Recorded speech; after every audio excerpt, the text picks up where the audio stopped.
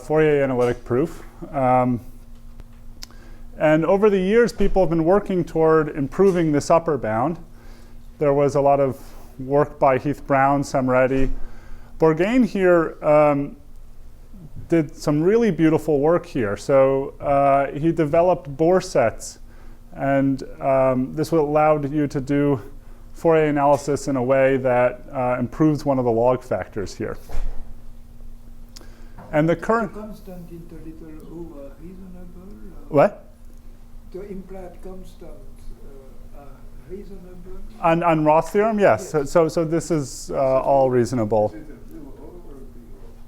This is a oh sorry. This is a big O. This is a big O. Thank you. Yes. This is a big O. Yes. It's a typo, sorry. The best known bounds in the literature right now is that A is at most n divided by log n to the 1 minus little o1. This little o1's hiding some log factors. This is getting pretty close to the density of the primes, and so if you can improve on this a little bit more, you'd be able to say that the primes have many three-term progressions. Because any set that's as dense as the primes has many three-term progressions. So this is where we are in terms of the literature of the upper bounds. There's some rumors that this has been improved further. Now in the other direction, there's a beautiful construction of Barron, which gives a lower bound which is almost linear. So it's n divided by e to the c root log n, so it's n to the 1 minus little o1. And the idea of Barron is to look at a high-dimensional grid. So you look at the grid n to the d.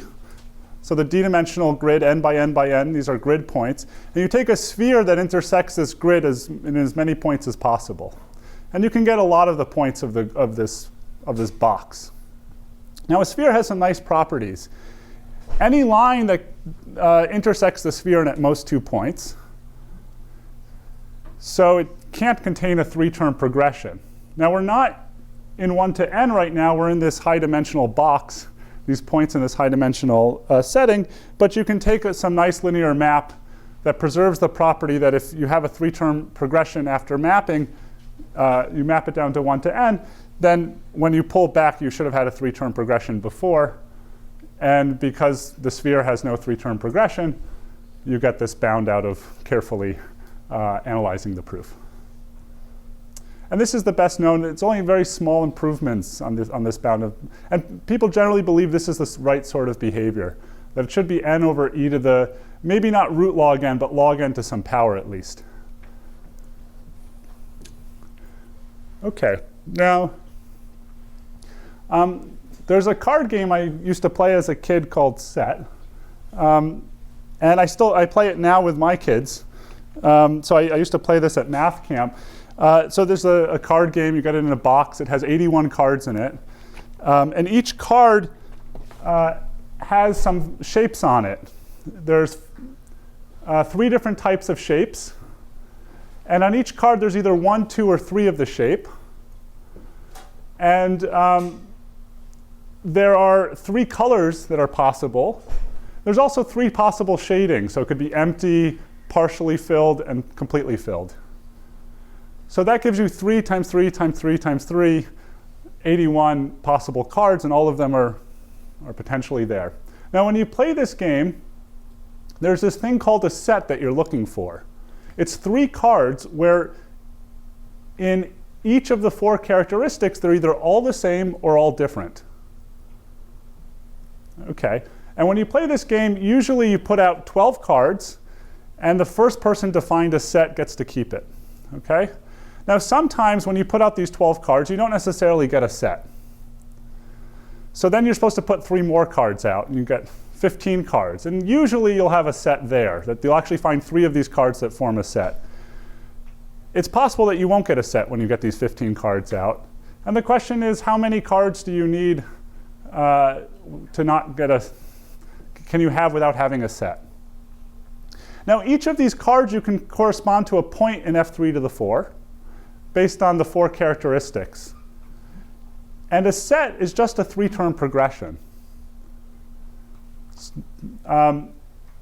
So you're looking for a three-term, how large of a set can you have in f3 to the 4 without a three-term arithmetic progression?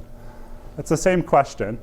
Now, in this setting, in f3 to the 4 or f3 to the n in general, if you have an affine line is the same thing as a three-term arithmetic progression, so there's other ways to interpret this sort of problem, but you can interpret it in terms of a three-term arithmetic progression, and people have done computer calculations and worked out that the answer to this problem is 20. For example, I was talking to Don Knuth at Stanford, and he mentioned that at some point he had worked this out amongst other things around this problem.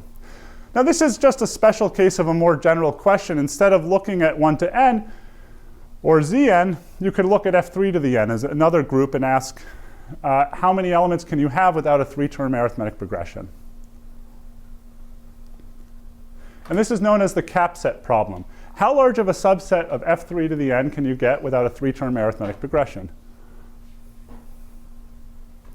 So this is a variant of Ross' theorem. And it's related to several famous problems in combinatorics and computer science, including the matrix multiplication problem and the sunflower conjecture. Now, the cap-set problem follows from something called the multicolor sum-free problem. So it's related to another problem, and we'll see that soon. And that problem came up in trying to get faster algorithms for matrix multiplication. So if you have two n by n matrices, the way you would multiply it, normally you'd get n cubed, it'd take n cubed time. You'd have to do these n cubed arithmetic operations. And people have since come up with various algorithms that improve on this. The conjecture in the community is that the exponent should be 2.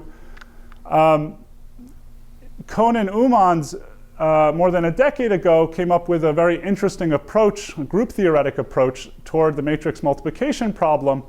And it's closely related to this cap-set problem. OK, so what are the bounds here? So in 1982, Brown and Buhler proved that it's little o(n). And then Meshulam in the 90s observed that Ross proof actually becomes much cleaner in this setting. And you get a bound of big O 3 to the n divided by n. You should think of n here as log of the size of the total number of elements. So this is like big N divided by log little n. Big N here is 3 to the n.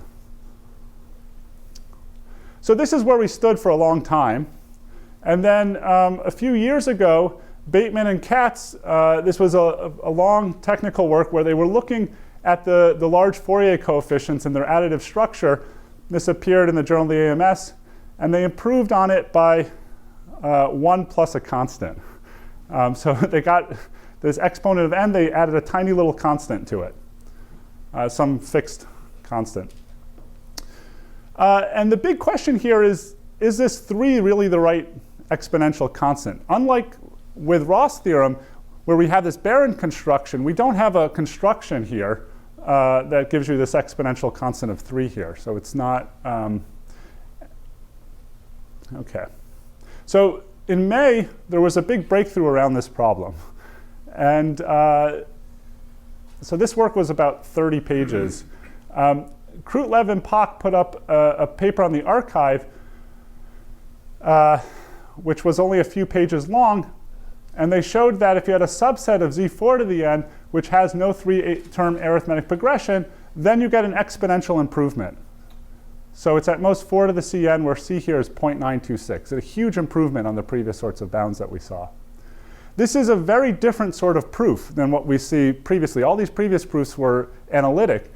This proof is algebraic, and we'll see the idea shortly. So after this paper, there was a huge flurry of activity. And I'll only cover some part of that whole activity.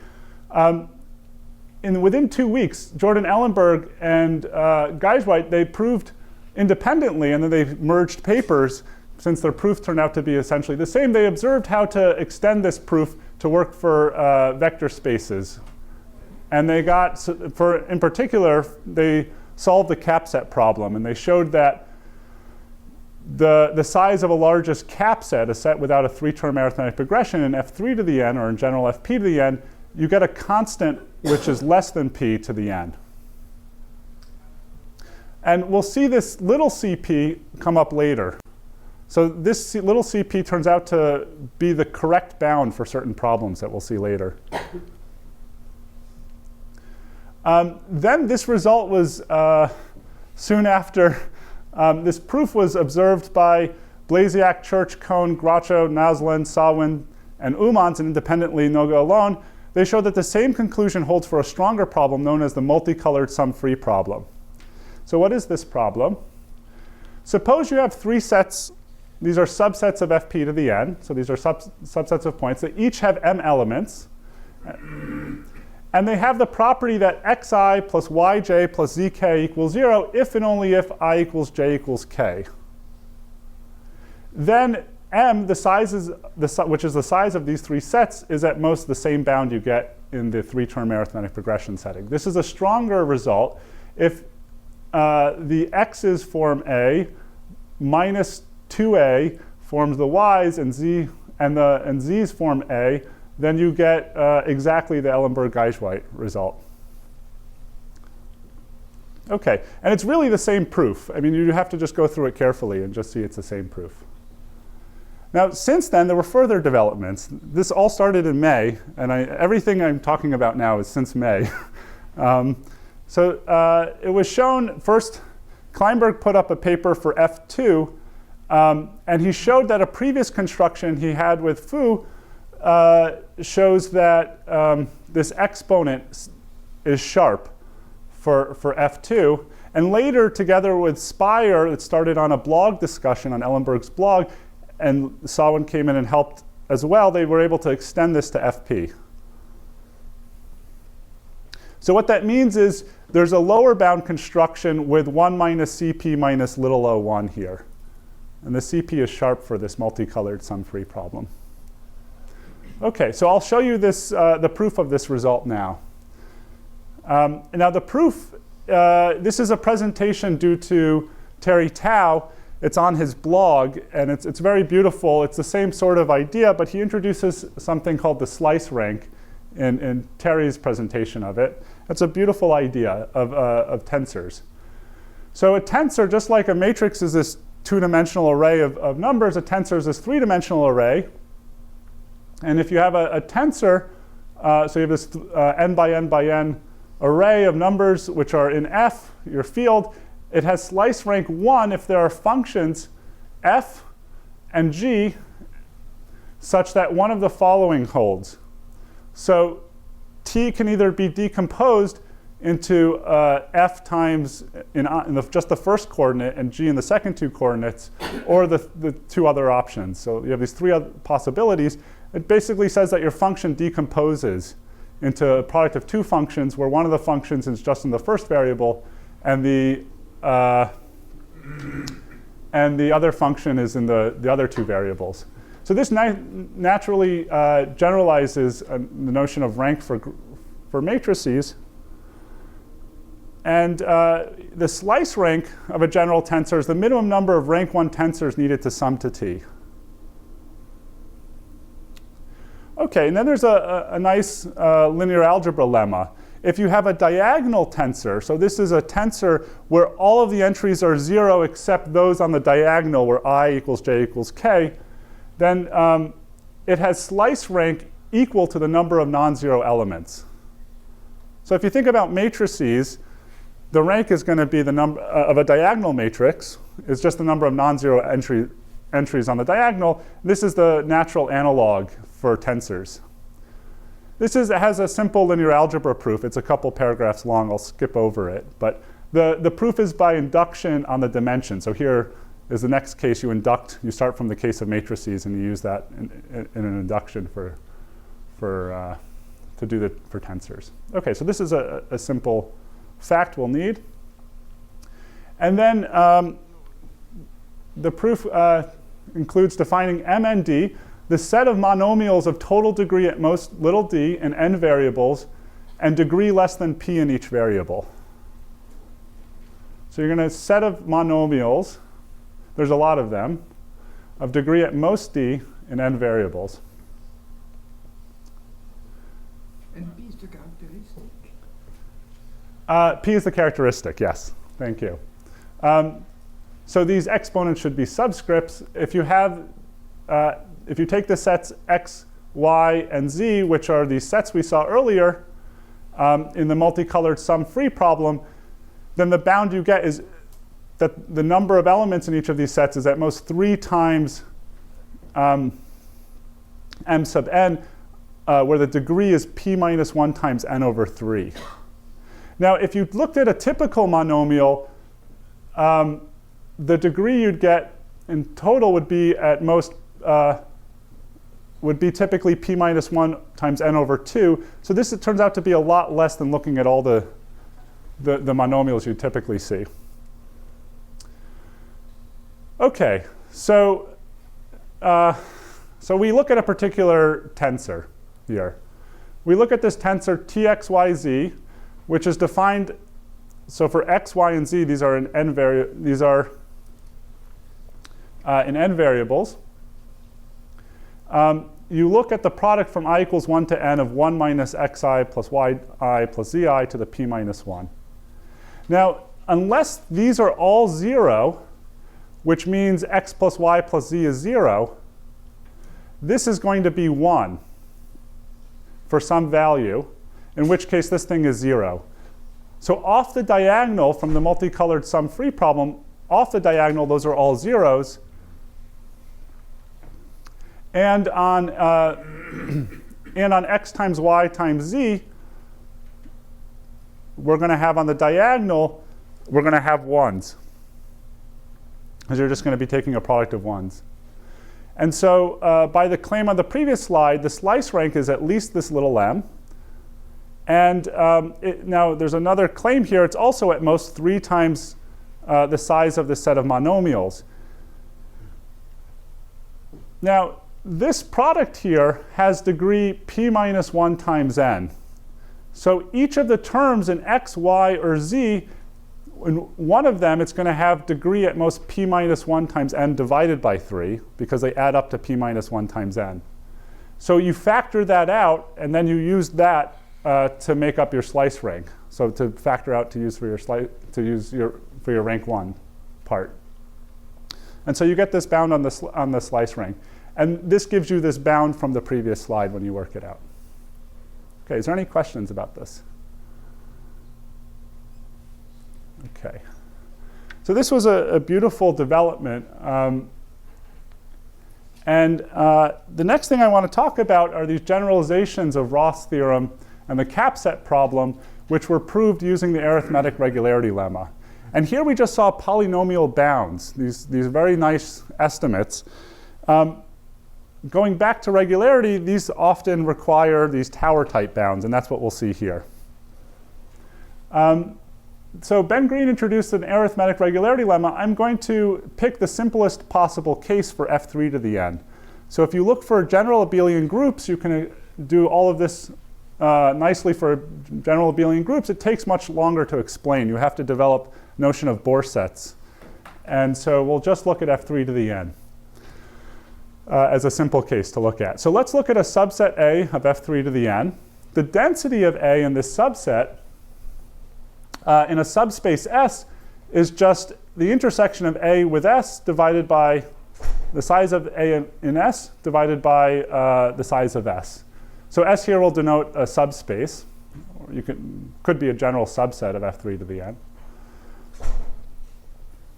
A translate S plus X of a subspace S you call epsilon regular if the density of your set A in your subspace, so this is this translate, which is an affine subspace, minus the density in any codimension 1 affine subspace of this is at most epsilon. So each codimension 1 subspace will cut up your space into these 3 copies of it. And you would call your subspace S epsilon regular if A behaves nicely on these 3 subspaces, these codimension 1 subspaces, so that the density is essentially the same on each of these codimension 1 affine subspaces. So for a random set A, every subspace would be good? Yes, so for a random set, everything should be good as long as S is big enough. then all of these codimension 1 subspaces will be epsilon regular. All of these subspaces S that are big, so they have small codimension, will be epsilon regular. And this follows from Chernoff bounds and union bound.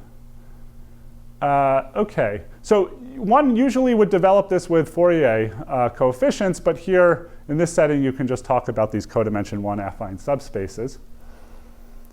And so you would call a subspace S epsilon regular if all but an epsilon fraction of the translates of S are epsilon regular. So if you had a subspace S of codimension D, that means that there's these 3 to the D affine translates of this S. And you would call S epsilon regular if all but an epsilon fraction of these translates are epsilon regular. So what Green's arithmetic regularity lemma says is that for each epsilon greater than 0, there's an m of epsilon, such that for any subset A of f3 to the n, there's an epsilon regular subspace of codimension at most m of epsilon. So you can find this low codimension subspace so that A behaves random-like in almost all of the translates. Subspace means affine subspace? Affine subspace. Well, so yes. I mean, here it's not affine, but when you look at the translates, they're affine. OK. Now, the proof is just like the Samretti's regularity lemma, has this iteration and density increment argument. And each step, you go up 1 exponential in the number of parts. And you get this density increment. So if you have a subspace S and it's not epsilon regular, then you can cut up these translates into each into 3 codimension 1 affine subspaces. And you see the densities are off. And then you take the common refinement by cutting up by all these subspaces. And you gain 1 exponential at each step. And it was shown by Green that you need a tower type function for m of epsilon. He showed a tower height of log of 1 over epsilon. And then later, Hosseini, Lovett, Moshkevitz, and Shapira showed that you actually need a tower of 2s of height on a power of 1 over epsilon. So for the arithmetic regularity lemma, you actually need this tower type estimate. And we saw for various applications of Samretti's regularity lemma and here this Green's arithmetic regularity lemma, that you'd expect that you can get better bounds. That these tower type bounds, you're really hitting a small nail with a huge hammer. And if you're careful, you can find the right tool to go after that small nail and get a much better bound and understand the problem much better. OK, so what is a nice application of this? Well, one of the 2 main applications that Ben Green had was the arithmetic triangle removal lemma. So he was trying to develop arithmetic analogs of these results we knew about graphs earlier. So a triangle in fp to the n is a triple of points with x plus y plus z equals 0 that add up to 0. And the arithmetic triangle removal lemma says for each epsilon greater than 0 and prime p, there's a delta greater than 0. So if you have subsets x, y, and z of fp to the n, and there's at most delta times p to the 2n triangles in x times y times z. So there's p to the 2n is the total number of triangles you have if x, y, and z were fp to the n. Here you just have a small number of triangles. Then you can delete a small number of total of the points, so there's p to the n total points, and remove all the triangles. OK, so this was one of the 2 applications Green had, and it implies the result that cap sets have to be small, of size little o of the total number of points. As we said, it uses the arithmetic regularity lemma and gives this huge bound on 1 over delta, which is a tower of 2s of height, a power of 1 over epsilon. It took about 5 years until Kroll, Serra, and Vina found a new proof using the graph triangle removal lemma. So this was not observed for a while. And Green's arithmetic triangle removal lemma, I'm stating this in fp to the n, but his approach, he proved it in all abelian groups. And this Krall-Saravina proof actually gives it for all groups, so it doesn't have to be abelian. And so Ben and Green and many others have asked to improve the bounds in this arithmetic triangle removal lemma. So this was asked over many papers, most of them in arithmetic property testing, so in the computer science community, because there's ways to restate this as a question about testing triangle freeness of functions, Boolean functions. So what is this Krall-Saravina proof? It's really quite nice. And it's similar to the proof we saw last time of Roth's theorem. So we make 3 copies of fp to the n. And we're going to add edges. We're going to make a tripartite graph. Between these 2 parts, you'll add an edge if u minus v is in x. Between these 2 parts, if v minus w is in y. And between these 2 parts, if w minus u is in z. And if you have a triangle x plus y plus z equals 0 in your 3 sets, x, y, and z, it actually corresponds to p to the n triangles in the graph and vice versa. So if you start at this vertex u, you could add x, y, and z and come back to u. And so you'd end up getting these p to the n disjoint triangles in the graph just from one solution, x plus y plus z equals 0. And because you had at most delta n squared of these triangles, in the graph you get at most delta n cubed triangles. So you can apply the triangle removal lemma and get rid of edges in the graph and get rid of all triangles. But that's deleting epsilon n squared edges, and we want to delete at most epsilon n of the elements from x, y, and z. So how do we do that? Well, you remove an element from x, y, or z if at least n over 3 edges corresponding to it are removed. And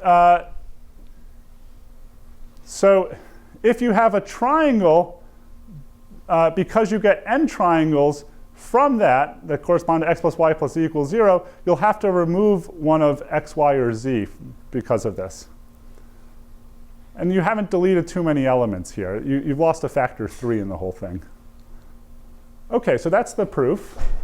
And from the improved bound on the graph triangle removal lemma, we get a tower of height logarithmic in 1 over epsilon. OK, so it's we still have this tower type bound. Now there was much further work on this. Hatami, Sakdeva, Tulsiani, and they gave an alternative proof using Fourier analysis of this log tower height bound. And then there were several papers that gave lower bounds for this. They were all polynomial type. So we had these polynomial lower bounds and tower type upper bounds. And the first main theorem I want to say that we've done since then is shown that a type bound for this problem. So you can take delta to be epsilon over 3 to the CP. You don't even need the little o1 here, where CP equals 1 plus 1 over CP is a computable number. And this exponent CP is sharp. So you can't replace it by anything smaller. CP is this 1 plus 1 over little cp that we saw earlier. And originally, this is what our theorem looked like. We had an epsilon to the cp plus little o1. And later, we realized that there's a simple tensor product trick that you can get rid of the little o1. So once you get a bound of this form, you can bootstrap it and get rid of the little o1 by a power trick. So what are these constants? C2 is this value. It's 13.239. And C3 is some other rather complicated expression. It's about 13.901. So these are the tight exponents. So it turned out the answer was polynomial, and you get these tight bounds. And I'll try to explain the idea of the proof behind this. This is Laszlo Miklos Lovas. He's my PhD student. He's in his last year. Any questions about this? OK. OK, so we're going to have a series of reductions to try to go from the original statement to something that's easier to prove. So our goal is to prove this arithmetic triangle removal lemma.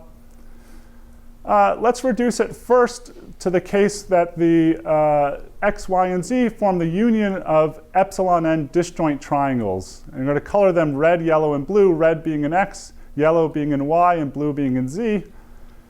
If you have these epsilon n disjoint triangles, then you have to have at least delta n squared rainbow triangles. A rainbow triangle has one red element, one yellow element, and one blue element. An element can be both red and yellow? So I said disjoint triangles here, yeah. But there's a factor 3 loss in here. And the way that this factor of 3 loss goes is here you want to delete some number of points and remove all triangles. Well, that number of points that you need to delete to remove all triangles, that's within a factor 3 of the maximum number of disjoint of triangles that you could pull out. So if you have a maximum collection of disjoint triangles, if you delete all the points from those triangles, you won't have any remaining triangles, and you need to delete at least one element from each of those triangles. So within losing a factor 3, you're in good shape here. Okay, so that's the first goal, to reduce down to this case. The second goal is to replace the CP by CP plus little o1. So we're going to weaken this statement. We're going to just put a plus little o1. And this follows from just taking a simple product argument. So if you had a construction for this, if you had a bound for this, you could take a construction by taking products, and you can show that you can get an even better bound. OK. And then the next reduction is to the case that you have these disjoint rainbow triangles. Here you have delta n squared rainbow triangles. Each element is going to be in about, on average, it's going to be in, you'd expect it to be in delta over epsilon times n rainbow triangles. But the individual elements could be in way too many or way too few of these rainbow triangles. So we're going to reduce it down to the case where each element is in about the same number of rainbow triangles. Does that make sense? Yes? OK. So how can you reduce to this case, from goal 2 to this case where everything's in about the same number of rainbow triangles? Well, here, when I say about the same, I'm losing some logarithmic factors here in 1 over delta. And what you do is if you have a point that's in way more than the average number of triangles, you'll just delete it. And you update. Now you look at the current situation. If there's an element in way too many triangles, you would delete it, and you keep doing this. And if you pick things appropriately, you won't delete too many points. When you stop, no element is in way more than the average number of the triangles. And then you can delete the elements that are in too few triangles. And so you can clean it up. And you get that every element is in about the same number of rainbow triangles, where about the same is within some logarithmic factors. OK, so we're going to assume that every element's in about the same number of rainbow triangles, and then try to go through the proof from there. OK, so here we use the probabilistic method. So we're going to use a little bit of randomness here. We're going to sample a random affine subspace S, where the number of elements Sorry. This is the size, it's not 1 over.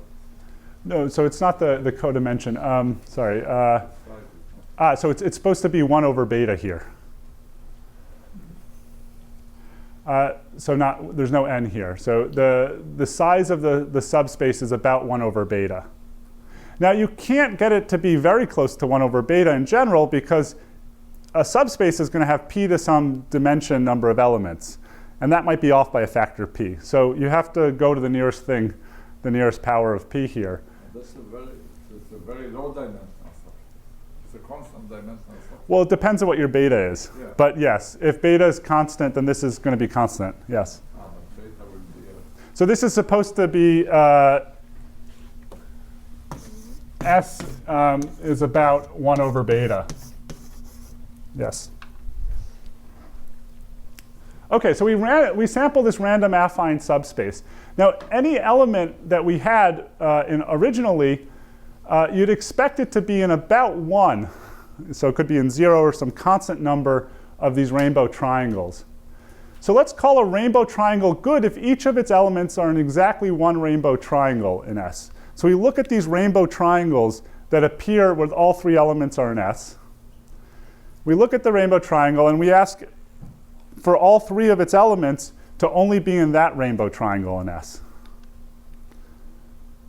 Now, some simple probability shows that with positive probability, the densities of x, y, and z in S are about what they were in the whole thing. This is just some simple concentration. And there's a little bit more work. A constant fraction of the elements are in good rainbow triangles.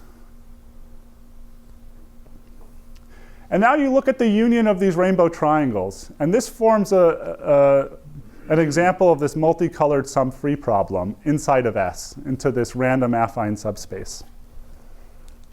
And so from this multicolor sum-free theorem, we'll get that epsilon's at most the size of S to the minus CP, which is about 1 over beta to the minus CP. And this gives you this bound, delta is at most epsilon to the CP plus little o1. So there was this reduction down to this multicolored sum-free problem. And this idea extends to other settings as well. If you're trying to prove the triangle removal lemma, it's enough to prove the diamond-free lemma with good bounds. So the diamond-free lemma is you have a graph where every edge is in exactly one triangle. And you want to show that the number of edges is little o(n) squared, where n is the number of vertices. If you have good bounds on this diamond-free lemma, this approach also works, and you'd get good bounds for the triangle removal lemma. What's a diamond? So a diamond is an edge on 2 triangles. So it's this graph on 4 vertices, which is a complete graph minus 1 edge. You have an edge which is in 2 triangles. So that's why it's called the diamond-free lemma. In graph theory, they often name things by what they look like. And so this looks like a diamond. Okay. Okay. So there we saw a polynomial type bound for something. We had an upper bound which was tower type, a polynomial lower bound. It turns out the answer was polynomial. It seems all these things that we're looking at so far have these polynomial bounds. Ben Green proved a strengthening of the cap set result using the arithmetic regularity lemma for every epsilon greater than 0. He shows there's an n of epsilon such that if you have a subset of f3 to the n of density alpha, there's a non-zero d such that the density of 3-term arithmetic progressions with common difference d is at least alpha cubed minus epsilon. And I'll explain why this is very interesting and where it comes from. If you took a random subset of f3 to the n of density alpha, so the fraction of elements of f3 to the n is alpha, and you look at a particular 3-term progression, the probability that all 3 of those elements are in your set is alpha cubed. So you'd expect that there'd be a density alpha cubed of 3-term progressions in your set if you took a random set. Now there are constructions that have much fewer 3-term progressions. So there's constructions you can come up with of a set of density alpha where the density of 3-term progressions is only alpha to the 4.63. This has to do with the cap set problem that we saw earlier. So that's much smaller than alpha cubed. However, what he shows is that there's going to be a non-zero d, so that if you look at all the arithmetic progressions with common difference d, the density of those in A is at least alpha q minus epsilon. So you get as close as you want to the random bound. And if you took a random set, not only would the total number of 3-term progressions be concentrated on alpha cubed, but for each possible common difference, it would be concentrated on alpha cubed. And so this shows that, in a certain sense, you get a best possible density. This was originally an open problem of Bergelson, Host, and Craw, and Green's result also works in any abelian group, not just f3 to the n. And it was using this arithmetic regularity lemma. So a natural question is, how large is this n of epsilon? So we saw these polynomial bounds for these other variants of Roth's theorem. And so I ask you as a quiz, what do you think the answer should be? Now, if you got polynomial bounds like before, you might expect the answer to be on the order of logarithmic in 1 over epsilon, because we're asking for the dimension. And so there's 3 to the n total number of elements. And then here you get a polynomial type bound. Or you might think it's tower type in 1 over epsilon, which is what would come from, which is what the bound you get from applying the arithmetic regularity lemma. Or maybe you think it's one of the things in between. Does anybody want to guess which one of these it is? When we started working on it, I'll just tell you, we thought this is what the answer should be. And we started working on it from a completely different angle. We had another problem that we wanted to solve, and this answering it with A would have been really helpful for us for this other problem. So we reduced this other problem to this, and we were interested in this problem. So the answer, anybody want to venture a guess here? E. E, okay, close. So the answer is D. So it is tower type. And this is a result together with an undergraduate student at Stanford, Hoi Pham. He's a very strong student, and he just finished his sophomore year at Stanford. And this came from a summer project. He wanted to do some research. I gave him first a lot of reading to do, and he did an amazing job with that, and we continued, and I gave him some problem, which we'll see soon, and we got led in this direction from that. So this is the first application of one of these regularity lemmas that we know of where a tower type bound is shown to be needed. So we always thought that we really didn't need the regularity lemma. Whenever we saw these applications, we really should just be doing something better. And this was the first example where these tower type estimates start coming up. So this bound is a tower of 2's of height, so 2 to the 2 to the 2 of height on the order of log 1 over epsilon, and it's both lower and upper bound. So the upper bound has many of the elements of the regularity lemma. At each step, we have to use weak regularity lemma, a counting lemma. We also had to do a density increment argument, which is different. Instead of doing the mean square density, it turns out for here, it's very useful to do the mean cube density. That's the right thing to look at here. And it just comes out from looking at these things.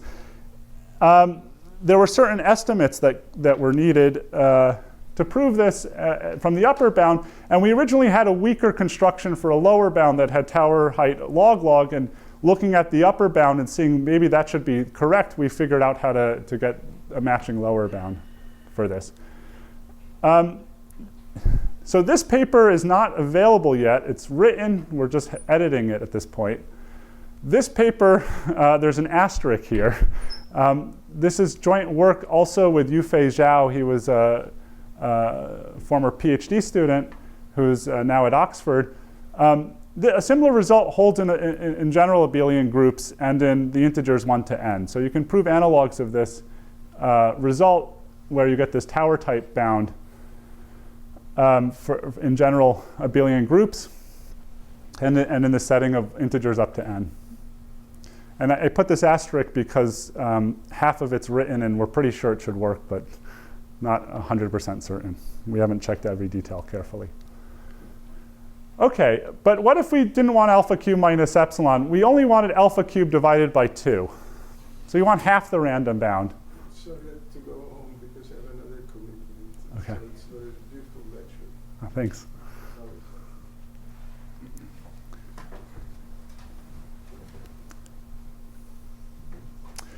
OK, so suppose you just wanted half the random bound, and you asked for the same sort of question. Again, you could look at this problem and try to figure out what the right answer is, and the answer turns out to be tower of height log 1 over alpha. Alpha here is the density of your set. Here, in addition, we needed to use the bounds from the arithmetic removal lemma that we had earlier. Instead of f3 to the n, I put a 47 here, and that was on purpose. So we originally thought this should work for f3 to the n.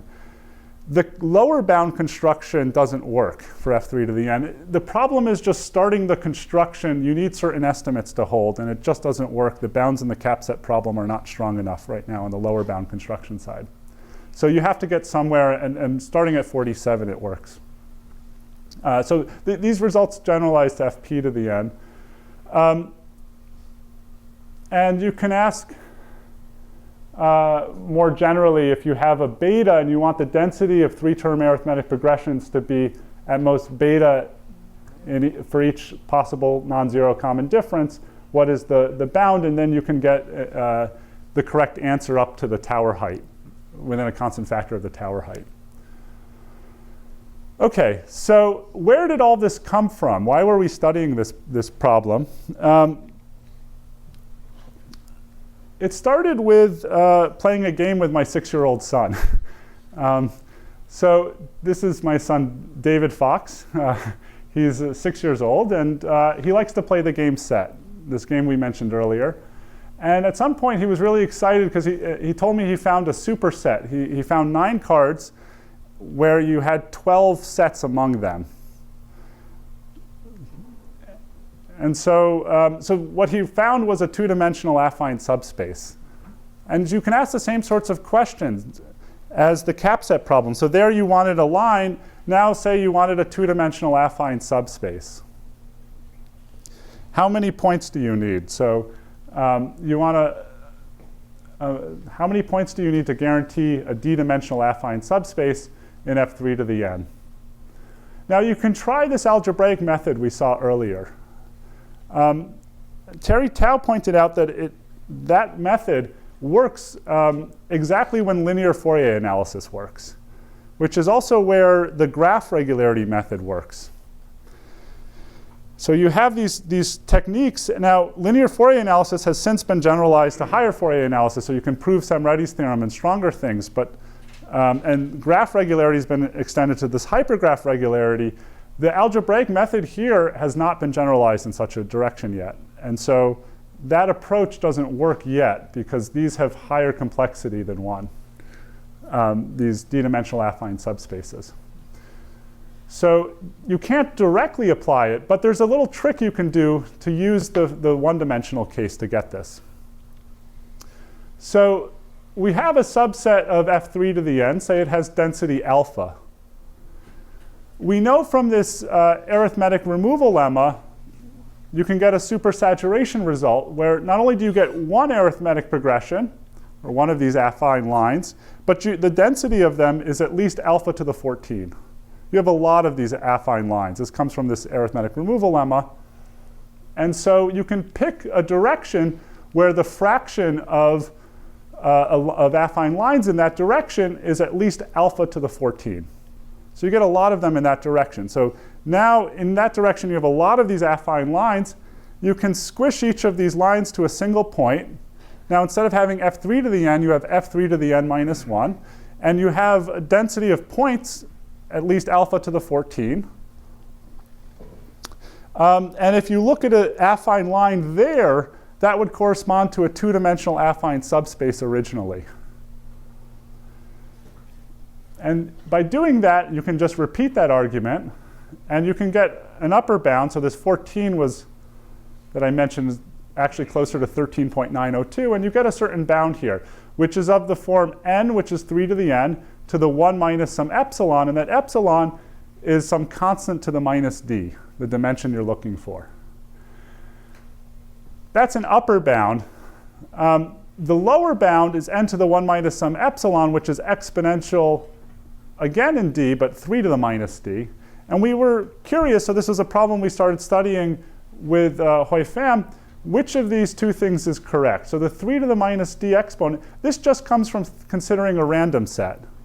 And in the probabilistic method, which is this highly developed method, there are tools to improve on that. You can do things like the deletion method or the Lovász local lemma. These will improve a little bit, but it won't improve this 3 to the minus d. Then we realized that there was this result of Ben Green that told you that, well, actually, there's going to be a direction where you get density at least alpha q minus epsilon. And so you would expect that this should be n to the 1 minus 3 to the minus d. So we started working on trying to improve the bounds on Green's result on arithmetic progressions with popular difference so that you could actually apply this, because the bounds there are too weak to apply in this setting. So you could start applying it in the beginning, but then you run out of luck. So we were hoping to get much smaller bounds for this result on Ross theorem with popular differences. It turned out to be tower type, and so it's useless in this setting.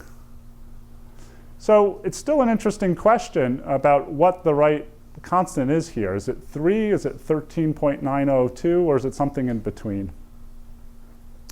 So one consequence of this is if you rewrite this, the largest dimension of an affine subspace guaranteed in any subset of f3 to the n of density alpha is within a constant factor of log of n divided by log 1 over alpha. That just comes from using this. And what we're looking at is trying to figure out what that constant factor is here.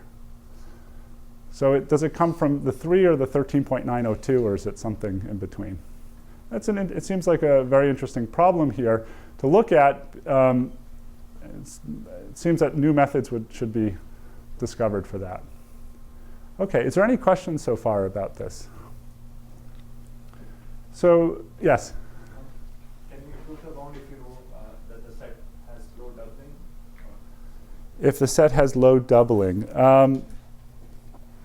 So then it looks basically like a generalized arithmetic progression. But here, that means that it looks like it's almost a, I think you can in that setting. Yeah. I haven't worked out the details, but it looks like one should be able to do that. Yeah. So, OK. So this leads to lots of interesting open problems. One first question you can ask is to better estimate the bounds on the capset problem. So I showed you it's at most this p to the 1 minus cp times n. When p is 3, this is about 2.756 to the n. And there's a lower bound construction of Adel, which is just taking some small dimensional example and taking a product construction. And that gives you about 2.2 something to the n. Still a pretty big gap there, and we don't know how to improve it on either of those, really. It's an interesting question to try to tighten that. Another question, so Green proved this result about Ross theorem with popular differences. It turns out that there's an analog that Green and Tao proved using an extended arithmetic regularity lemma, which works for 4-term arithmetic progressions. So if you want a d that's non-zero and the density of 4-term arithmetic progressions with common difference d is at least alpha to the 4th minus epsilon, then this also works. It's also true that you get a theorem. Ruja showed that it's not true for 5-term progression. So he came up with a counterexample to that. The right analog turns out not to be true for longer arithmetic progressions. But we don't know what the estimate should be for this. Right now, the proofs use these arithmetic regularity lemma, which currently have compactness arguments built into the proof. And so there's no bounds currently from above. So another nice question is to obtain reasonable bounds on Ross theorem and the arithmetic triangle removal lemma and other abelian groups. And there's been some work on this, but if you try to do Zn, we still don't know anything more than we did a few years ago.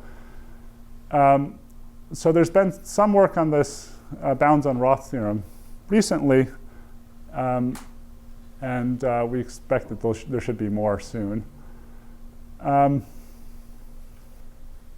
So this question we mentioned earlier, better estimate the bounds on higher dimensional cap sets. This is how we came to this Green's theorem, and we think it's an interesting question to try to understand what's going on here. I think there might be other things buried in this question of trying to figure out what this constant factor is. And a very natural question is to extend the new cap set theorem to longer arithmetic progressions. So we saw this polynomial method proof, this algebraic proof of the cap set theorem. And as I mentioned earlier, it doesn't work for getting higher complexity systems. And 4-term progressions already has complexity level 2, and so this method doesn't directly apply. And it's very interesting to try to extend this algebraic method to get a higher algebraic method and try to get similar types of estimates for longer arithmetic progressions in FP to the n and other patterns. So thank you.